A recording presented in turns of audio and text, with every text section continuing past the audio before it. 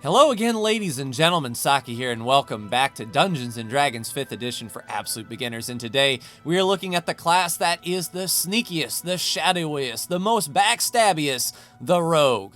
The Rogue specializes in infiltration, opening locked doors, hiding in the shadows, hitting people from behind, just being a regular nuisance or a ninja. There are some different subclasses past level 1 that the Rogue can specialize in, such as the Thief, the Assassin, and the Arcane Trickster. So the Rogue isn't necessarily typecasted into a thief. You can be a Dark Brotherhood style assassin or even get some spell slots in the future. No matter which rogue you are planning on classing up as, dexterity, once again, is your primary skill. This should be your absolute highest number. It recommends intelligence if you are going the way of the Arcane Trickster, as that will be your spell casting ability.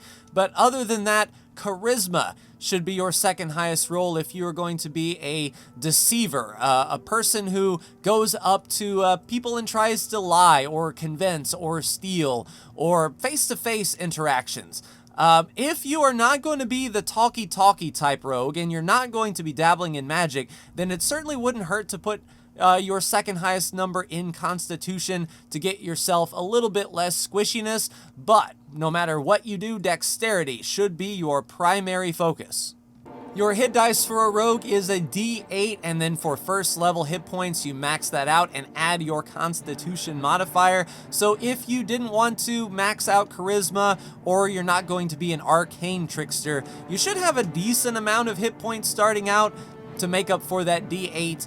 But the Rogue isn't known for their frontline combat. They're known for sticking around the edges of the walls, hiding in shadows, and then striking when the opportunity presents itself. Your armor proficiency is simple and exactly what you would think an assassin or a sneaky type person would need. You are only proficient in light armor, things like leather, studded leather, and padded. As you can see, the dex modifier is added to the armor class, and being that dexterity is your primary skill, you can get some decent AC out of these leather armors. As far as weapon proficiencies go, you have quite a wide range. You know all simple melee weapons as the club. You know hand crossbows, which is a martial weapon with some decent piercing damage. You also know long swords, versatile. You can use this for two-hand slashing damage, but this is a strength-based skill. So that is not as good as, say, the rapier, which is a finesse-based skill, so adding your dexterity modifier. And also your short sword, which is also a finesse weapon, has a dexterous character. Probably the rapier or the short sword would be more the lines of, you know, what you're looking for, but nothing stops you from picking up a hand crossbow or a long sword. Every rogue also comes with thieves' tools, so the things that you can think of that a rogue would need to be a good thief: lockpicks, trap disabling kits, things of that nature. Every rogue comes equipped with their thieves' tools. Your two saving throw proficiencies are dexterity, of course, as you are a very nimble character, and also intelligence, so this goes along the way of being a good, intelligent character as well. Whether or not you're in the Arcane Trickster, you still get that proficiency in intelligence, so you are street smart and very, very nimble. Your skill proficiencies you can choose from are incredible as a rogue, and you get to choose 4. So at this point you can plan what kind of rogue you would like to be. Everything under charisma you can choose as a skill. You can also choose insight or perception. You can also choose investigation, your one intelligence based skill, and everything in the dex you can choose as well: acrobatics, sleight of hand, and stealth, and also athletics. So think, do you want to be a brute sort of rogue where you are, you know, strong and able to hit things, or are you going to be the thief, where you'll need high stealth and sleight of hand? Are you going to be nimble with acrobatics, or are you going to be a people interactor, so you can persuade, you can perform in front of people, you can intimidate and deceive? You can also perceive your surroundings and gain insight on whether people are lying to you, and your basic investigation, so you can sort of be a Sherlock Holmes style thief. So at this point, you choose 4 skills and think about how you would like to play your rogue, because you have a vast number of skills to choose from, which can add to your background and racial features as well, meaning you can get 6 or 7 different skills that you are proficient in right off the get-go. So for starting equipment, your first choice, do you want to have a rapier or do you want to have a short sword? The difference is, as you can see, a D8 piercing damage versus a 1d6 piercing damage, and you're thinking, well, why would I pick the short sword over the rapier in any situation? This short sword is light, meaning it can be dual wielded, so if you find yourself another short sword, you can dual wield a pair of swords rather than just having one rapier at your disposal, meaning there could be more damage with 2 short swords, but a guaranteed harder hit, well, not guaranteed, but a possibility of a harder hit than just 1 short sword with the rapier. So think, do I want to dual wield or do I want to have one hand free? If you always want to have one hand free, choose your rapier, and if you want to dual wield later down the road, choose your short sword. Your next decision for starting equipment, you can choose between the short bow or another short sword. So you can dual wield right out of the gate. If you pick short sword, you can have 2, but you would be giving up the opportunity to be using a short bow, which was 1d6 piercing damage, and you have 20 arrows to cover it, and it requires 2 hands to use. So think, do you want to strike from a distance from the shadows, or are you going to get up in their face and dual wield a pair of short swords? Your starting equipment sort of bases how your first combat encounter will go. You also get a burglar's pack, a dungeoneering pack, or an explorer's pack as a thief with different tools inside. Your starting armor will be leather, which is an AC 11 plus your dexterity modifier. You get 2 daggers tucked away in your armor, and you also get your thieves' tools. So your rogue features that set your class apart from all the others, first of all, you get expertise. So at first level, you choose 2 of your skill proficiencies or 1 of your skill proficiency and your thieves tools. The thieves tools are a separate skill. They're a piece of equipment that you use. So they are separate from, say, sleight of hand or something of that nature. Your proficiency bonus is doubled for any ability check that you make that uses either of the chosen proficiencies. So you can say, I want to be skilled in my thieves tools and sleight of hand. Your proficiency bonus will be doubled when using those 2. If you're not going to be a thief of such, breaking into things, breaking locks, that sort of thing, you can choose 2 of your skills and get that double proficiency bonus as well. That is up to you and your playstyle. The next bonus you get as a rogue that is very powerful is your sneak attack, striking subtly and exploiting foes' distractions. So once per turn, you deal an extra 1d6 damage to a creature you hit with an attack if you have advantage on the attack roll. It must use a finesse and range weapon, however, so your daggers are finesse weapons, your rapier is a finesse weapon.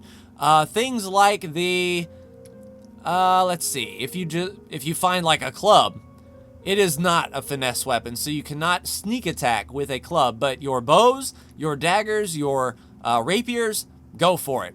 So you don't need advantage on the roll if the enemy of the target is within 5 feet. So the target that you are attacking, meaning the monster, is currently standing right next to one of your friends, actively engaged. In the next square, you can roll your 1d6 extra damage. The enemy is incapacitated and you don't have disadvantage on the attack roll. So incapacitated grants you advantage, and as long as you aren't under a spell or a condition which prevents you from getting an advantage, you can get your sneak attack. But if you are disadvantaged, you can't gain advantage, so you can't use your stealth or your sneak attack. But if you're hanging around the wall and your friends are actively soaking up damage and engaging the enemy head on, your sneak attack will come in very, very handy. You also have basically your own language called the Thieves' Cant. A mix of dialect, jargon, and code that allows you to hide messages in normal conversation. Only another creature that knows Thieves' Cant can understand the messages. It takes 4 times longer to convey such a message than it does to speak the same idea plainly. So instead of saying like, hey, let's get some food, it's, hey, the river that runs through the border is on a westerly flying eagle, and I think that the eggs are platinum in nature. And it's like, oh, you want to get something to eat. So it's not time sensitive, but it is completely in code, and only a person who speaks Thieves' Cant can understand it.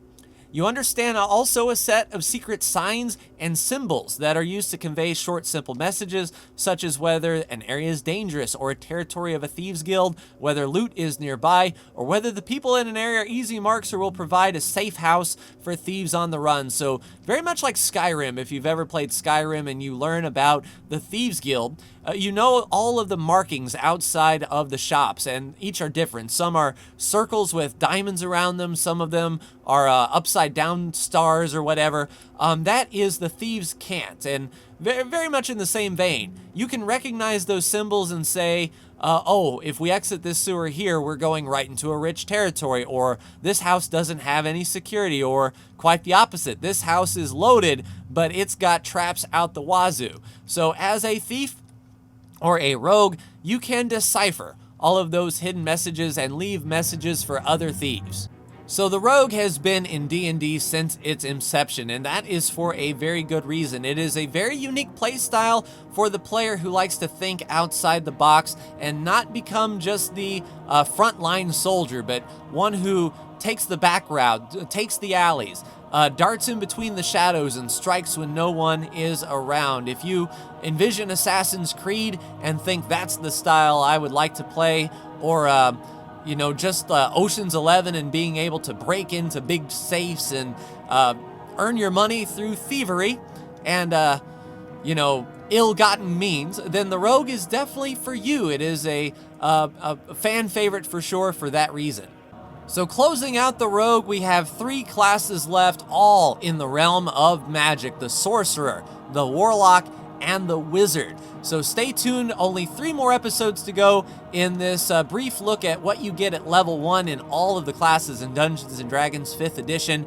Once we complete that, we will build a character, which we will call Timmy, a level 1 random character. I will roll random dice, get a random race, a random class, and a random background, and then we'll start looking at the monsters that you can expect to encounter along your travels. So looking forward to that, and if you are a magic user or want to use magic, definitely stay tuned to the next 3 episodes, as these magic users all have different features that make them unique.